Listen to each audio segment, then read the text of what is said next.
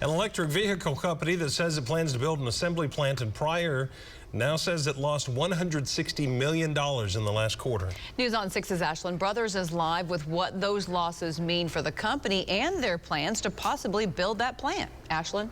Well, Lori and Craig, Canoo says it has more than $1 billion in its sales pipeline, but only about 17% of its units are under contract.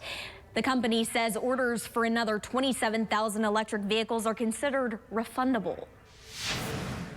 We have always had a focus on minimalism with maximum functionality, with a commitment to be America first and key allied nations sourced and built. CEO Tony Aquila says Canoo's received a $300 million investment from Yorkville Advisors, of which the company's withdrawn $50 million.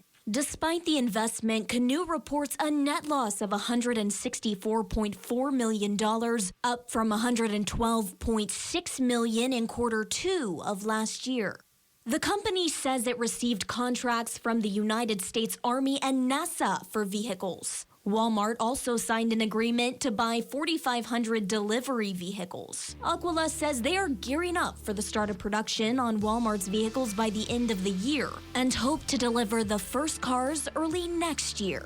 We have invested the time and resources to build a strong product foundation, which will reduce or prevent issues in manufacturing. He says they are in negotiations for additional facilities near Bentonville and Pryor and are focused on a 20,000 vehicle run rate by the end of 2023.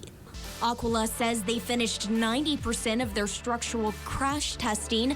The company is now moving to the final phase of the Federal Motor Vehicle Safety Standard certification, which it says is on track for a 5-star overall crash rating.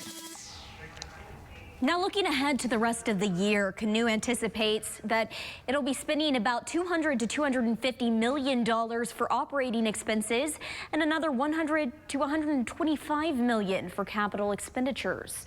Ashlyn Brothers, Oklahoma Zone, News on 6.